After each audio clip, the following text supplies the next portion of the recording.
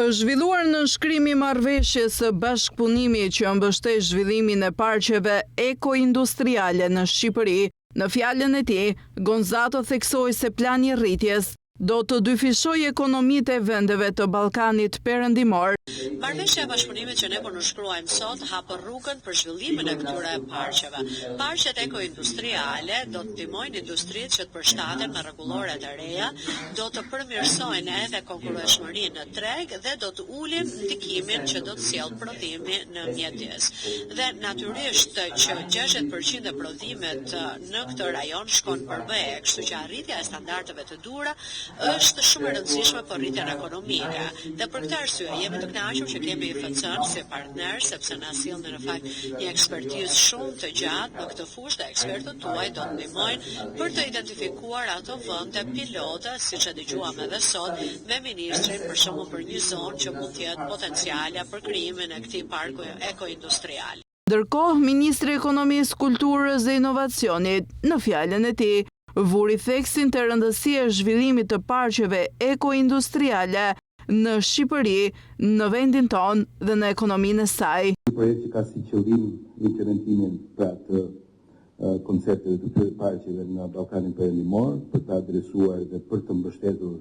në mënyrë shumë të qëndrueshme dekarbonizimin e industrisë sonë, edhe pse ne fjalën industri e themi me rezervë në vendin tonë, sepse kemi ende shumë për të bërë të pasur në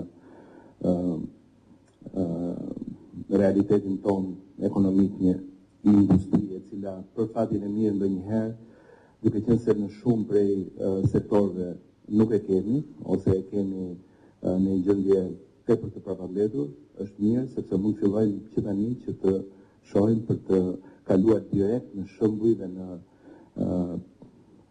ideve në plane shumë më të avancuara. Marrëveshja u nënshkrua nga Ministri i Ekonomisë, Kulturës dhe Inovacionit Blendi Gonxha dhe nga Javier Suarez, menaxher Këshillimi për Shtetet dhe Ekonominë Europa. Ky projekt do të ndihmojë shumë për konceptimin e planeve për shembull për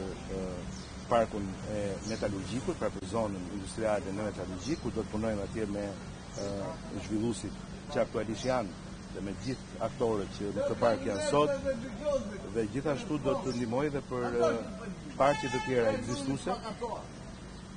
me zhvillues publik apo privat, pra siç është edhe parku i Xhazolta që përmendim që është me zhvillues AICN, siç është parku i Teda Tirana që është me zhvillues Bashkinë Tiranë, që të gjitha parametrat dhe standardet e këtyre parqeve teknologjike të jenë sa më eko dhe sa më